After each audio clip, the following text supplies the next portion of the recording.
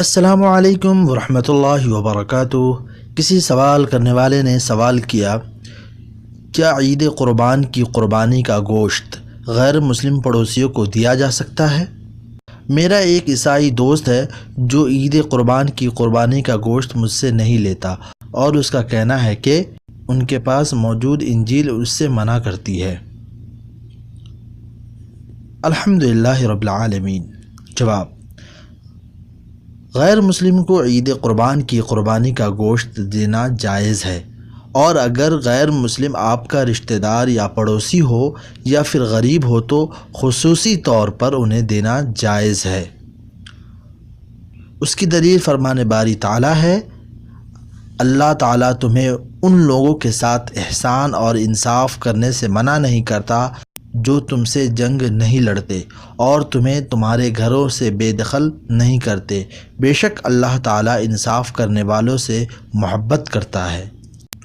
اور عید قربان پر کی جانے والی قربانی کا گوشت انہیں دینا بھی اسی احسان میں شامل ہے جس کی اللہ تعالیٰ نے ہمیں اجازت دی ہے۔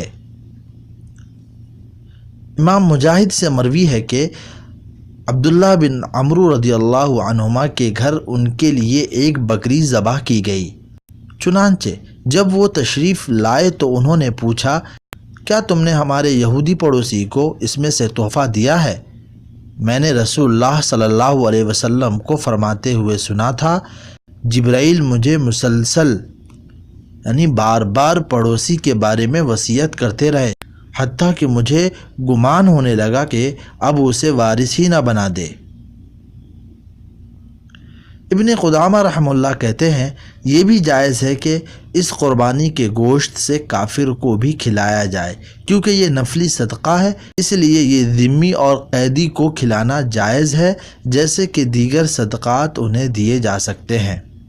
اور دائمی فتویٰ کمیٹی کے فتویٰ میں ہے کہ ہمارے لیے جائز ہے کہ ہم معاہدہ کافر اور قیدی کو عید قربان کی قربانی کا گوشت کھلائیں، اور کافر کو غربت یعنی غریبی یا قرابت داری یا پڑوس کی وجہ سے یا پھر دلی محبت کے لیے اسے دینا جائز ہے، جیسا کہ اللہ تعالیٰ کا عام فرمان ہے، اللہ تعالیٰ تمہیں ان لوگوں کے ساتھ احسان اور انصاف کرنے سے منع نہیں کرتا جو تم سے جنگ نہیں لڑتے اور تمہیں تمہارے گھروں سے بے دخل نہیں کرتے، بے شک اللہ تعالیٰ انصاف کرنے والوں سے محبت کرتا ہے۔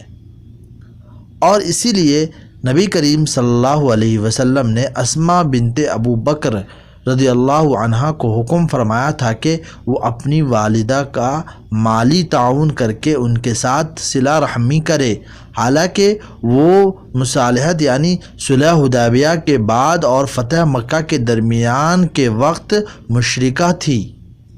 شیخ ابن باز رحمہ اللہ کہتے ہیں، ایسا کافر جس کے ساتھ ہماری لڑائی نہیں ہے، مثلا جس نے ہمارے پاس پناہ لے رکھی ہو یا اس کے ساتھ ہمارا کوئی معاہدہ ہو، تو اسے عید قربان کی قربانی اور صدقہ دیا جا سکتا ہے۔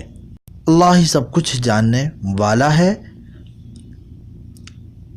اس میں جتنی بھی حدیثیں بیان کی گئی ہے، قرآن کی آیتیں بیان کی گئی ہے، اس کی پوری ڈیٹیلز آپ کو ڈسکرپشن میں مل جائے گی۔ اور ہمارا جو چینل ہے آپ اس کو پلیز سبسکرائب کریں تاکہ آپ کو ایسے ہی اور بھی آڈیو ویڈیو مل سکیں۔ پھر ملیں گے اگلے ویڈیو میں۔ السلام علیکم ورحمۃ اللہ وبرکاتہ۔